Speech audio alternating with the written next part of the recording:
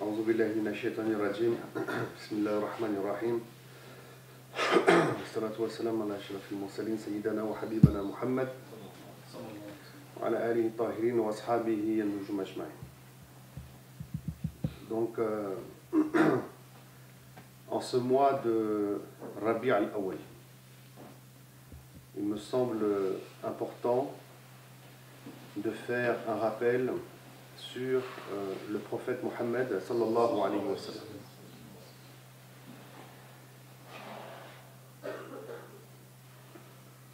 Et j'ai envie de rappeler à tout le monde, ou plutôt de souligner quelques textes, de mettre en avant quelques idées, des principes importants,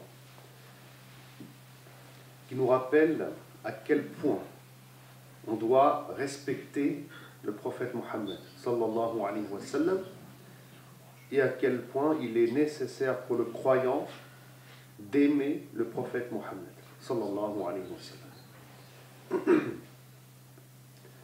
On a un hadith connu authentique dans lequel un compagnon il a appris que pour être au plus haut degré au paradis, il fallait faire de grandes actions.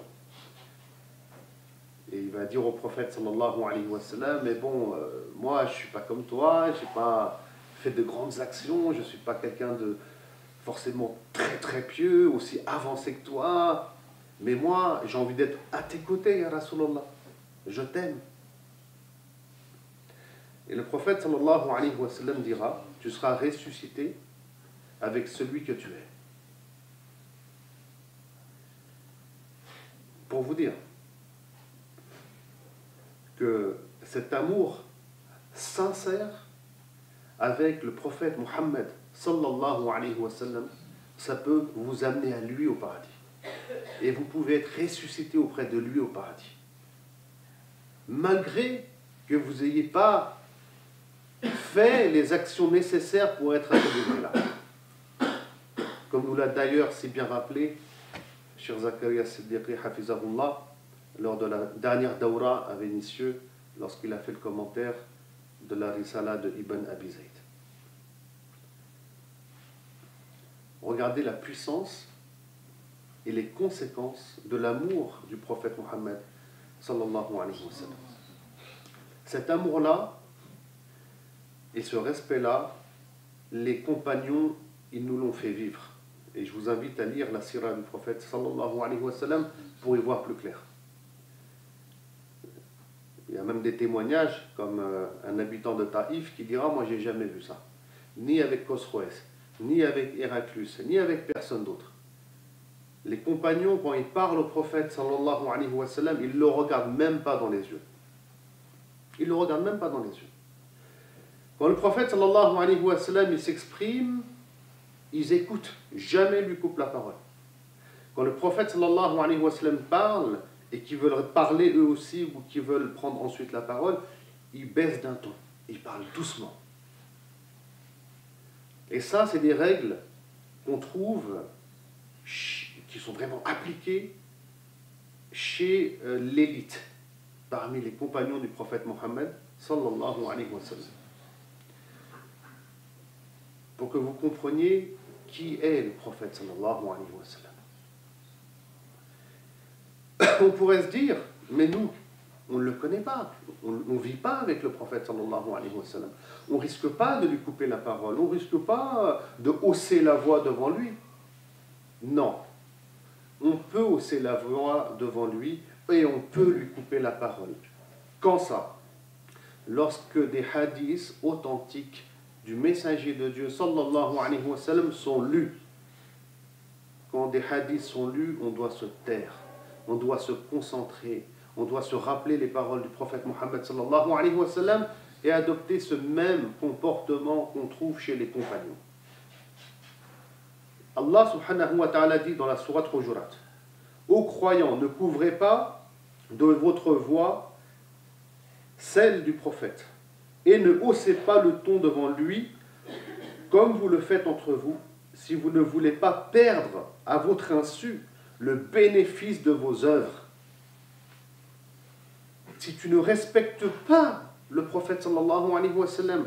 Si tu n'as pas de respect lorsque le hadith il est lu, tu te risques à détruire ton œuvre dans l'au-delà, comme le soulignent les savants de l'islam. Donc il y a une éthique à respecter devant le hadith. Certes, le prophète sallallahu alayhi wa sallam n'est pas présent parmi nous, mais le hadith, lui, il est là. Il est compilé, il nous est transmis, comme la sira du prophète sallallahu alayhi wa sallam.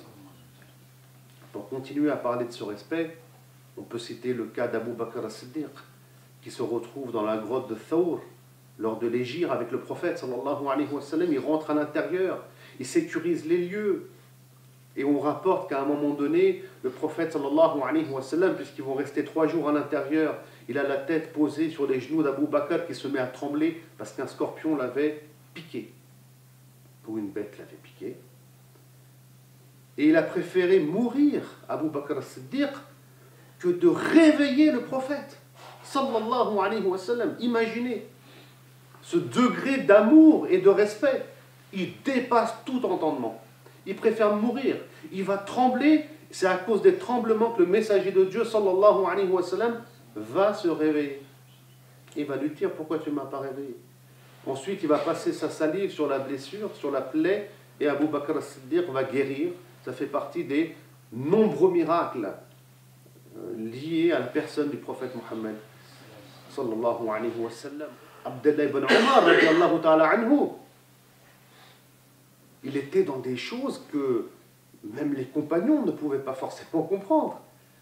Il limitait à la lettre, même dans des choses où il ne nous est pas demandé de limiter, le prophète sallallahu alayhi wa sallam. Si le prophète sallallahu alayhi wa sallam, il passait dans un endroit avec une chamelle, il s'arrêtait, etc., pour faire ses besoins, eh bien il faisait pareil, lui, Ibn Omar. S'il passait dans ce chemin-là, il s'arrêtait à cet endroit-là, il le suivait dans tout. Absolument tout. Le pourquoi, c'est son amour, son respect envers le messager de Dieu qui l'a amené à ça. Et c'est pour ça aussi que parfois je suis un peu sévère envers Abdelhaq, quand il y a des séminaires à Vénissieux ou avec nos chères sœurs du Havre la dernière fois, où j'insiste pour qu'il y ait des fleurs, pour qu'il y ait du musc, pour que ça sente bon, pour que ça soit propre.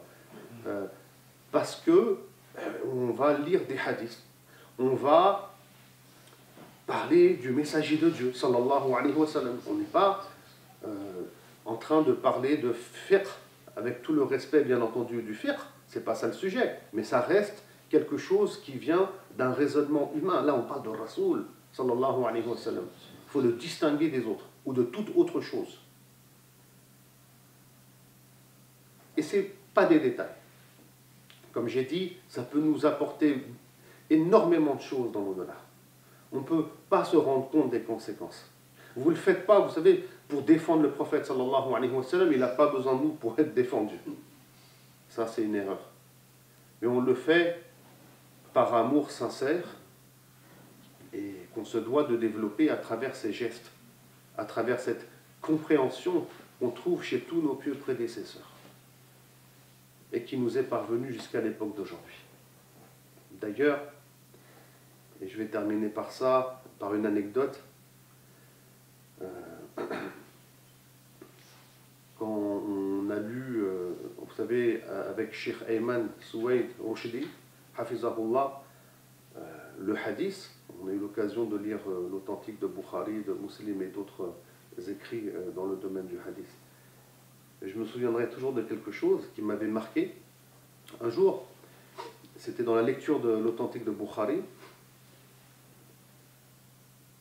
on s'est arrêté à un passage qui traite de la mort du prophète sallallahu alayhi wa sallam. C'était Cheikh Farid, pour ceux qui connaissent, qui lisait à ce moment-là. Et un hadith a été lu, tout le monde a pleuré. Tout le monde a pleuré. Tout le monde.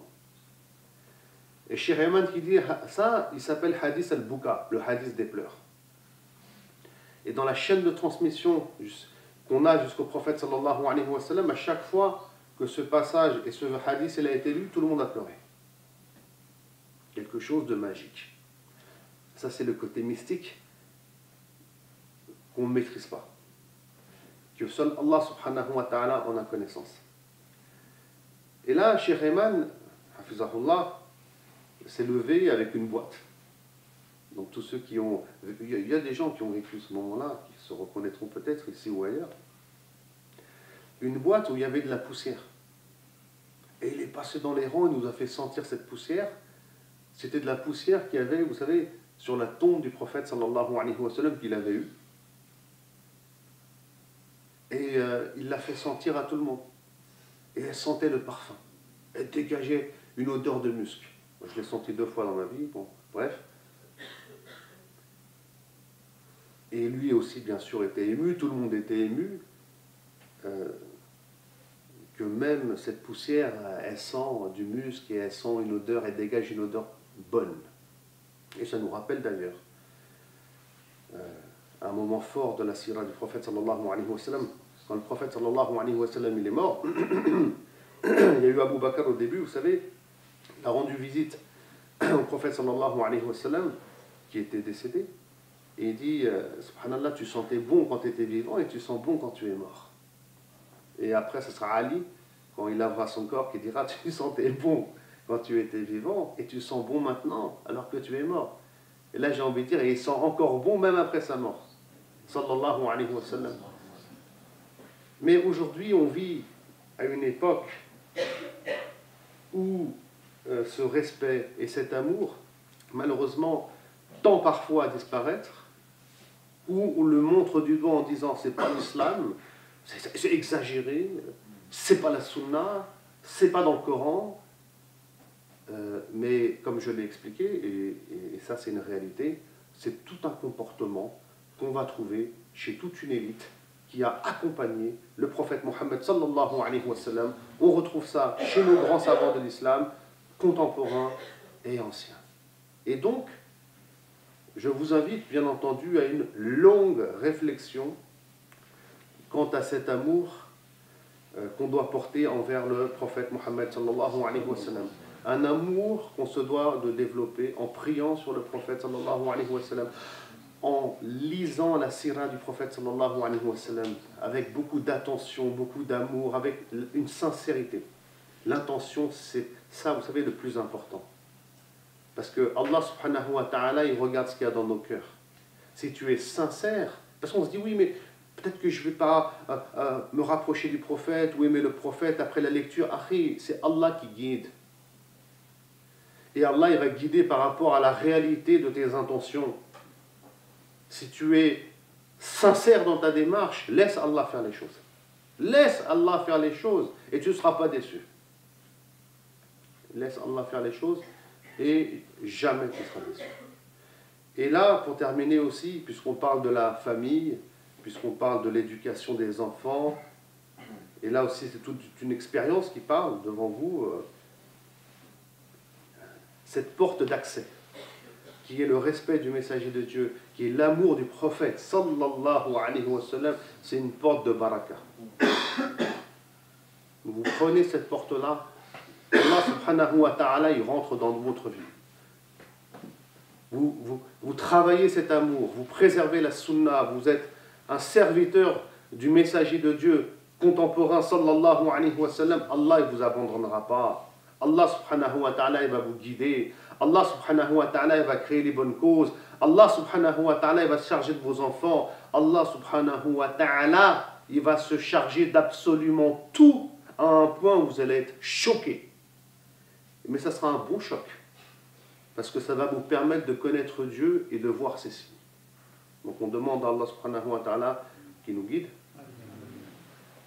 Et on demande à Allah subhanahu wa ta'ala qui nous fasse aimer le prophète sallallahu alayhi wa sallam comme il se doit l'être. Barakallahu fikum, shukran jazilan pour votre attention. Subhana rabbika rabbil izzati amma yasifun wa salamun ala al-mursalin walhamdulillahi rabbil alamin.